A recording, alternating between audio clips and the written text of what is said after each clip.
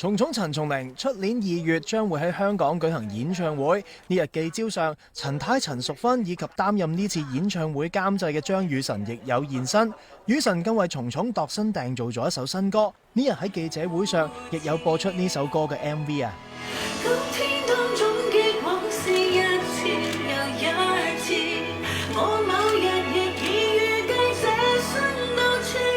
係你哋係有咩淵源會促成今次嘅合作？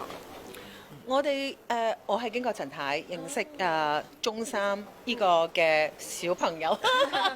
中三小朋友，但係我同佢咧即係一見如故，一拍即合。雖然我哋相差15年咁樣咯，咁但係咧，我真係覺得我哋有好多係好多好同頻嘅地方，譬如我哋充滿愛啦，我哋本身亦都係一個充滿愛嘅人啦。咁另外就係我哋好中意音樂，同埋有少少放飛嘅，即係個腦咧好 juicy 啊，好多放飛。咁所以我哋就會有唔同嘅，我哋會俾對方咧好多嘅意見。佢俾我嘅意見係新嘅意見，松伶啦，佢幫我寫嘅松伶啦。即係有過去嘅一啲嘅經歷啊，或者歷練啊，其實就變為我哋嘅演唱會嘅一個助力同動力。其實都緊張嘅，係緊張嘅，但係絕對有信心可以做好呢件事情，係啦，同埋都會全心全意去盡我能力去將成個 show 做到最好俾大家。蟲蟲嘅歌曲相信係唔少人嘅集體回憶，所以蟲蟲都好希望透過呢次嘅歌單，同大家一齊重溫呢段珍貴回憶啊！其實咧，最主要係帶一個嘅好好嘅回憶俾大家啦，因為大家認識我嘅天涯歌女啦、兒歌啦、烏卒卒啦、相聚一刻啦咁樣，我覺得係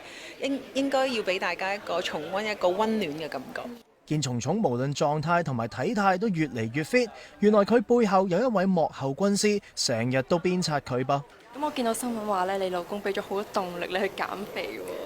喎，點解會形容得佢咁好嘅？佢明明係一個魔鬼教練，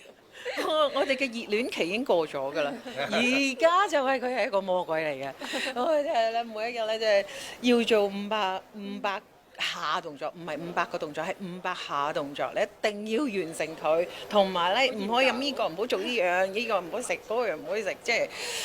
所以你唔好再即係美化佢啦，魔鬼教練、魔鬼老公。雨晨除咗為蟲蟲擔任音樂監製之外，佢自己亦要忙住籌備嚟緊嘅跨年演唱會，真係分身不下㗎。不過呢日見佢塊面貼住膠布，唔通佢唔小心整親？係啊，唔係因為即係入邊生咗啲嘢咁樣，跟住就前幾日咧就去揾醫生啦，即係將佢移除出嚟，想攞去化驗睇下係咩咯。係啦，因為健康好重要。